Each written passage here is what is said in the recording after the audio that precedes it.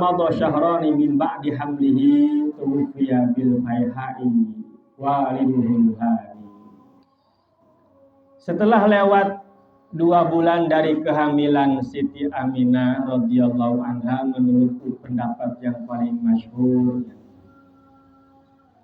ada yang bilang 2 bulan udah lahir, 2 bulan udah lahir. Ada yang mengatakan 2 bulan dalam kandungan. Ada yang bilang 2 bulan setelah lahir. Tapi yang paling masyhur mengatakan 2 bulan dalam kandungan. Meninggal dunia tuwfiya, meninggal dunia di tanah Faiha. Faiha itu nama suatu kota di dekat Madinah. Bil Faiha termasuk kawasan Madinah kalau sekarang.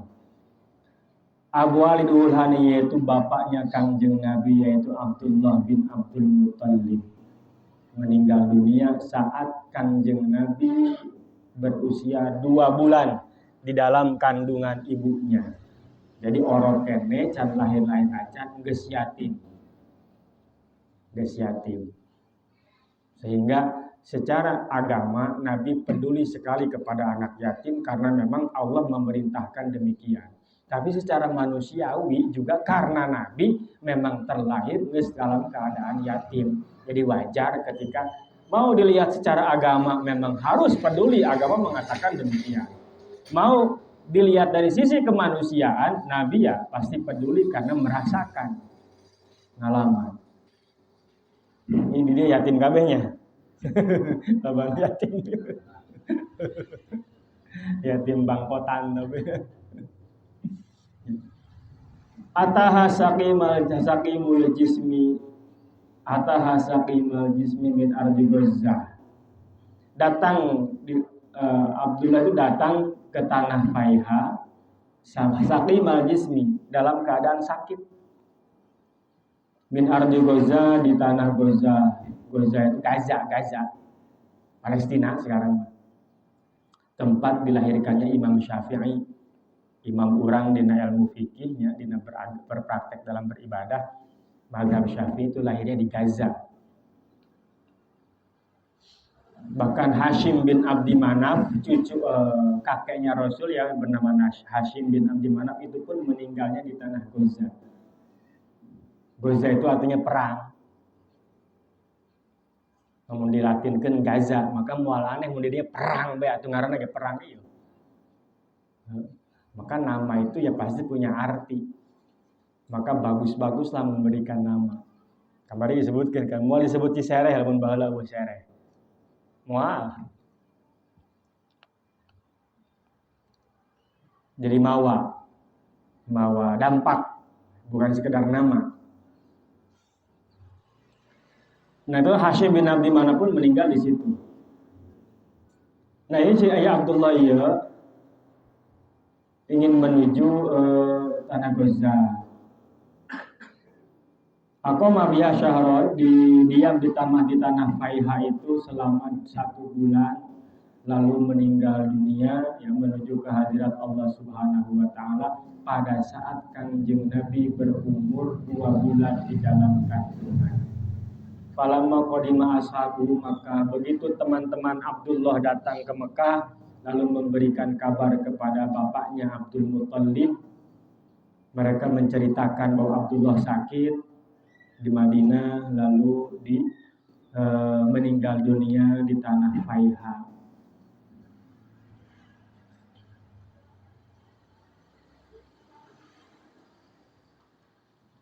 Waktunya dufina bil abwa.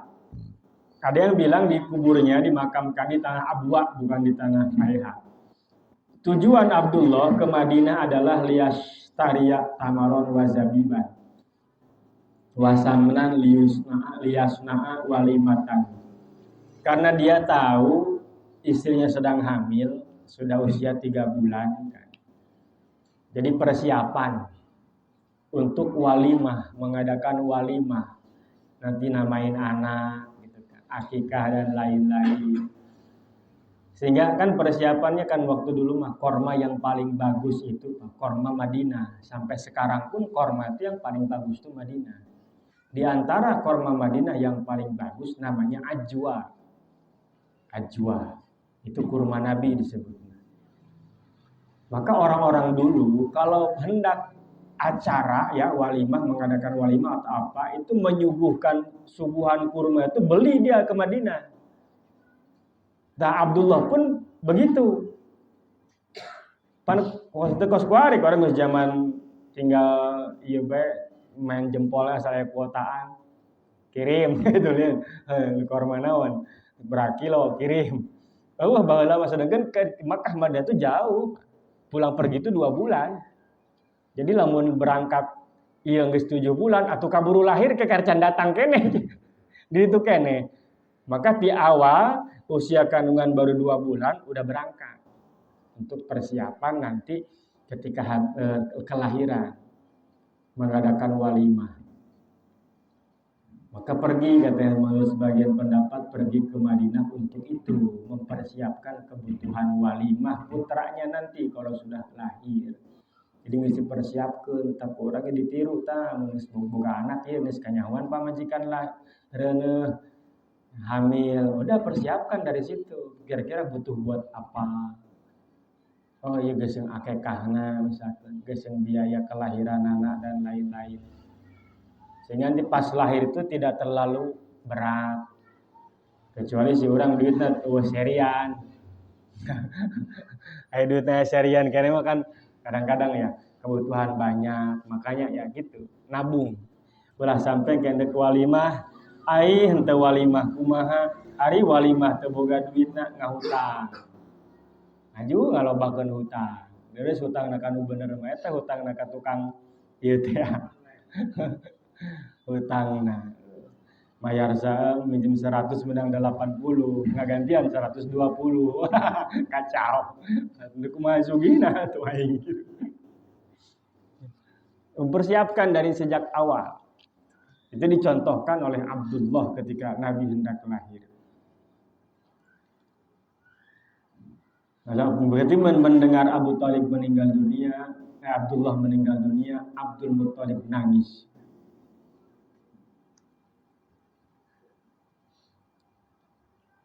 Falamma mata Abdullah walidu Rasulillah SAW tajjatil malaikah li khaliqi azza wa jalla. Malaikat mencuk orang protes lah gitu ke Allah ketika Abdullah meninggal dunia. Mereka saking kasihannya. Qalat ya Rabbi baqiya habibuka wa nabiyuka maud yatima.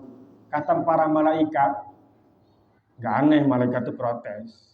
Waktu Nabi Adam diciptakan aja malaikat protes, tapi malaikatnya bukan Jibril, Mikail, Israfil, bukan. Kan malaikat itu banyak. Lainnya tak lain malaikat pemimpin nu 10 dia lain. Ya malaikat iyalah nu biasa-biasa gitu. Kan malaikat itu banyak tuh. Enggak bisa dihitung. Bayangkan kalau satu huruf Al-Qur'an ada satu malaikat ini seberapa? Mun hiji jelema aya hiji malaikatna. Aya 2 misalkan, ini sabaraha? Segala sesuatu dijaga. Ayat malaikatna gitu. Nah malaikat itu mengatakan kepada Allah, ya Rabbi baqiya habibuka wa nabiyuka Muhammadun yatiman. Ya Allah, kekasih engkau, nabi engkau yang bernama Muhammad itu sekarang yatim. Bagaimana ini? Fa'auhallahu, Allah mewahyukan kepada para malaikat, ya malaikati, wahai malaikatku, ana aula bihi min ummihi wa abihi. Saya, kata Allah, lebih utama daripada bapaknya dan ibunya. Wa ana khaliqu, saya yang menciptakan Muhammad.